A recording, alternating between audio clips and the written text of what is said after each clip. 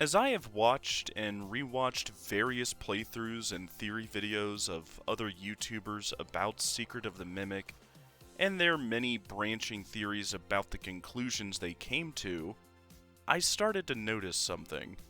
I personally have not noticed any other theorist cover Chica's party world in any great detail. I am sure there have been others that have, and despite my efforts in trying to stay in the loop of what the fandom in general is drifting towards in regards to theories and the general understanding of FNAF lore, I try not to watch too many other theorists to try and not inadvertently cross-pollinate any particular style or line of thinking with my own videos. So what do I mean in the title? An end becoming a beginning? To answer that, I'll take you down the line of questioning I took myself that got me to my conclusion in the first place. Who owned Chica's party world? A simple enough question, and in many other games or TV shows, it would have a straightforward enough answer. But this is FNAF, so it will take a bit of sidetracking and meandering to cover everything I would like to for this theory, so please bear with me if the video seems to drift a bit. The first way to answer this question would be to show one of the only bits of physical evidence I have found in Secret of the Mimic about this. Perhaps someone has found additional points, or maybe data miners have yet to find something yet, but either way, I would like to turn your attention to the Chica's Party World room above the admin wing of the factory. Now, this room has a lot of information in it on its own, such as early Chica designs. But the first thing I want to point to is this poster. But why this poster, you might be wondering? Well, if you look very closely at the bottom corner here, you can see a 3-word title. Now, sadly, I am unable to find a cleaner version of this poster, and more than likely, it is very intentionally left like this by Steel Wool to not completely reveal who owns or owned Chica's Party World. But thankfully, we can see what the latter 2 words are, which are blank Chica's Restaurants, which is obviously not Fazbear Incorporated or Murray-Co. I remember this was the first hook that got me interested in answering this question when I first saw it, because with this, and other evidence points I will later cover, this seems to imply that, at least at some earlier point in time, Chica's Party World was not owned by either Murray-Co or Fazbear, because if it were, why the need to create a separate subsidiary company for Chica specifically before Freddy Fazbear's Pizza with the core 4 animatronics were even established in 1983? I could also point out that Edwin seems to have only acquired Murray-Co from his father after his death a few years before. Assuming this was around 1975, given things like David's approximate age and Fiona's death, that would not be enough time for Edwin to create a separate subsidiary during his busiest point in the timeline. He'd have no reason to create a separate restaurant business, and there being no mention of him owning any company prior to Murray-Co. In fact, the email referring to the owner of Chica's Party World by Milton, an employee of Murray-Co, being referred to as a, quote, client, seems to reinforce this. So if not Murray-Co, could Chica's Party World have been owned by Fazbear? It is at this point things get very interesting, because there are several things worth pointing out before answering that question completely. But it seems that at some point, yes, they did. Freddy Fazbear's Pizza, shown back in Ruin via a Fazcoin and reinforced in other games since, was founded in 1983. That seems to be pretty solid at this point. Why is that important? Well, because at Freddy Fazbear's Pizza, Chica is a part of the main animatronic band. So that means Fazbear Incorporated had to legally acquire Chica during or prior to 1983 to be able to use her in their new business. Well, it already seemed like a pretty good bet to assume this. We now have, for sure, narrowed down the timeline on when Fazbear acquired Chica substantially. So far, we have established that Chica's Party World was owned by a company called something, Chica's Restaurants. Very likely not owned by Murray Co. at any point, and for sure owned by Fazbear at least by 1983 at the absolute latest. We're on a pretty good roll, so let's see if we can dig further. But to go further, we'll have to put a pin in all that and allow me to ask another seemingly unrelated question, but one that does circle back to the original I Promise, so Faz, bear with me. That question is Henry an employee of or co-owner with William? That seems like a pretty straightforward yes, given how the two have always been depicted in relation to each other, but on this channel, we rely on hard facts, and then logical deduction when no physical evidence is found. So let's get a solid answer to that before moving back to finish up. I have seen some make the assumption that maybe Henry was just an employee of Williams after all, given this audio tape. Test. Journal entry. I got the change order from Hen last night. None of this makes sense. I'm almost done. Why change it now? It would be so much easier to keep using the spring locks. Just hire some teens to wear the suits like we always do. Based off of the fact it was Henry who gave Edwin the change order, the other theorists have put forth the idea that Henry is William's employee, and William effectively ordered Henry to do this. While I don't deny it is possible, when just looking at this audio tape in isolation, I can firstly point out that Henry could have hand-delivered the change order for any number of reasons outside of being ordered to by William. He could have wanted to show some level of compassion or understanding of the tough position he was putting Edwin in and wanted to soften the blow a bit rather than just coldly mailing it to him.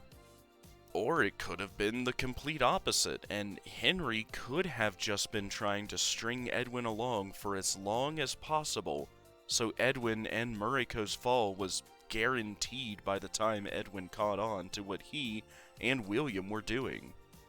I personally lean towards the latter, given Edwin's statement of, quote, "They're not my friends," in a later audio tape.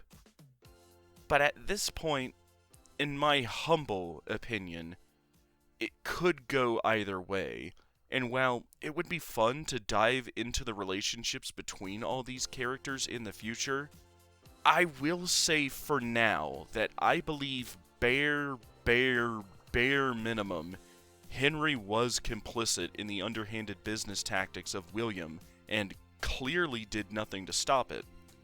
Made all the worse if he really was a co-owner of Fazbear by this point. So, if I think he was a co-owner, how would that have even happened? William has been assumed for a while, and shown now with Secret of the Mimic, to be a shrewd businessman. To be a full-on partner and co-owner of Fazbear with Henry would show he viewed him as his equal. If William is a shrewd businessman and didn't view Henry as an equal and just wanted to use him, he surely would have either found a way around making him a full partner, or swindled him out of his shares shortly after if he didn't. I would also highly doubt he would share his creations with anyone less than that, given how much he cared for and dedicated himself to the Fazbear brand in the years to come. We don't know how the two met and what the dynamic of their early relationship looked like, so a lot of this is going to be logical deduction. Something that might be worth pointing out, though, is that this idea has already been talked about in a video series I have referenced multiple times on this channel. In part 1 of the Game Theory Ultimate Timeline, I think a lot of people dismissed the idea out of hand at the time that Chica's Party World had anything to do with the rise of Fazbear.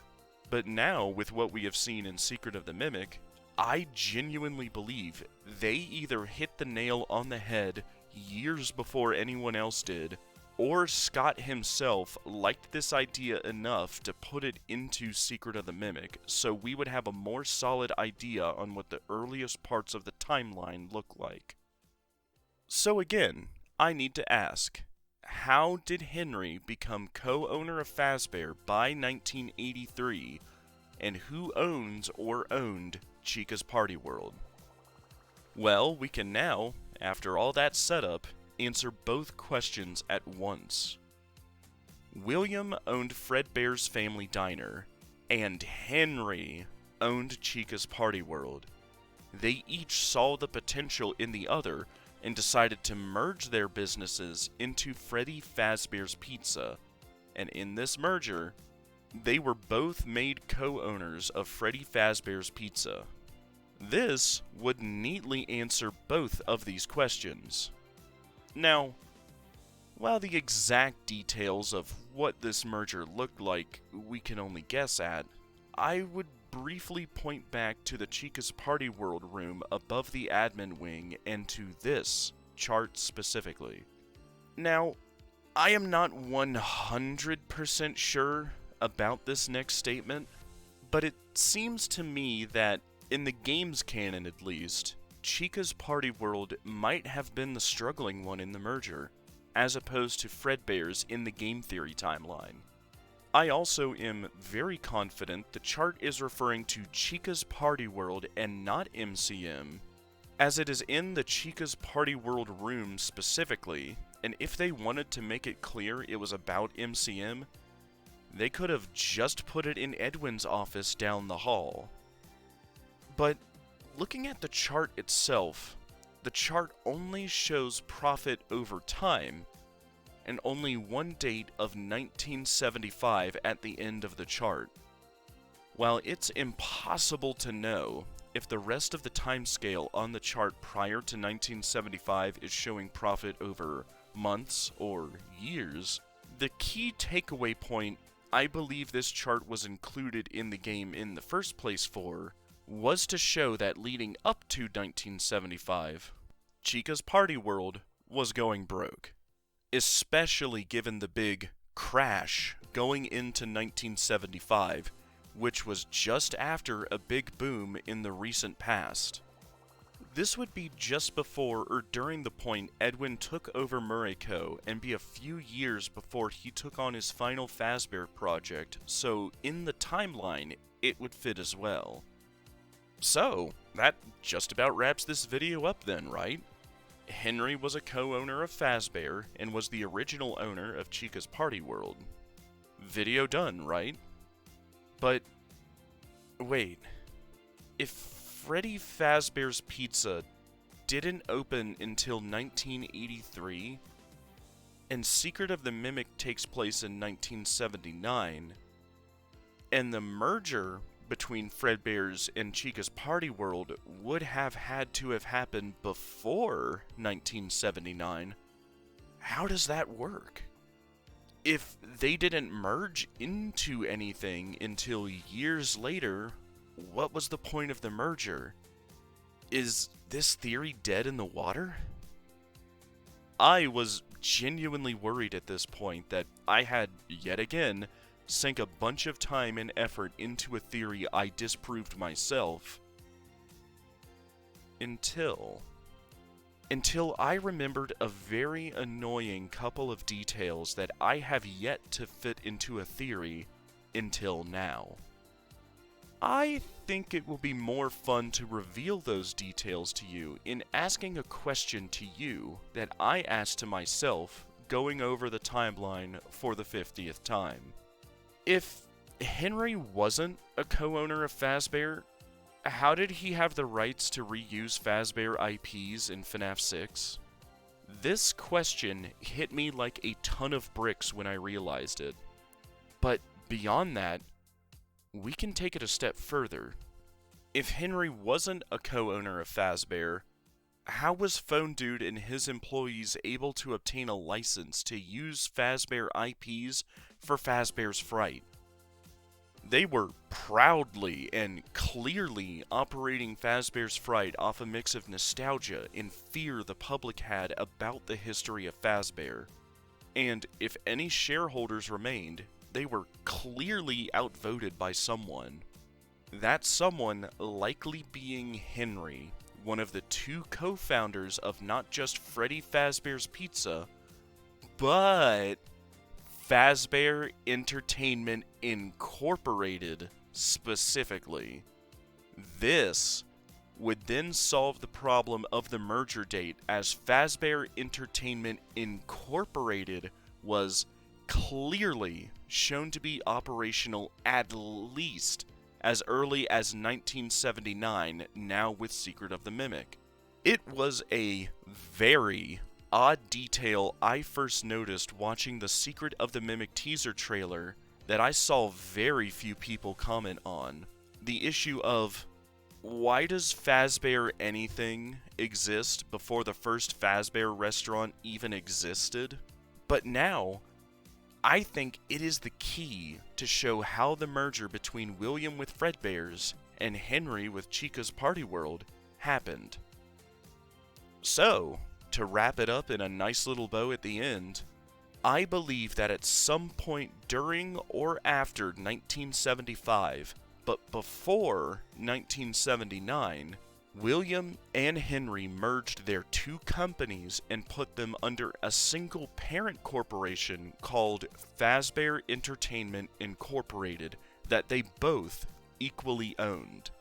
They then operated both of their respective businesses normally, presumably with both helping out the other with their respective businesses during this time, until the tragic death of the crying child, or Dave, in 1983, and the closing of Fredbear's Family Diner just after the creation of Freddy Fazbear's Pizza. Whew! Did you get all that? So, what do you think? Did I come up with something to help clarify the timeline a little bit? Or am I dead wrong? Let me know in the comments below. And thank you for watching.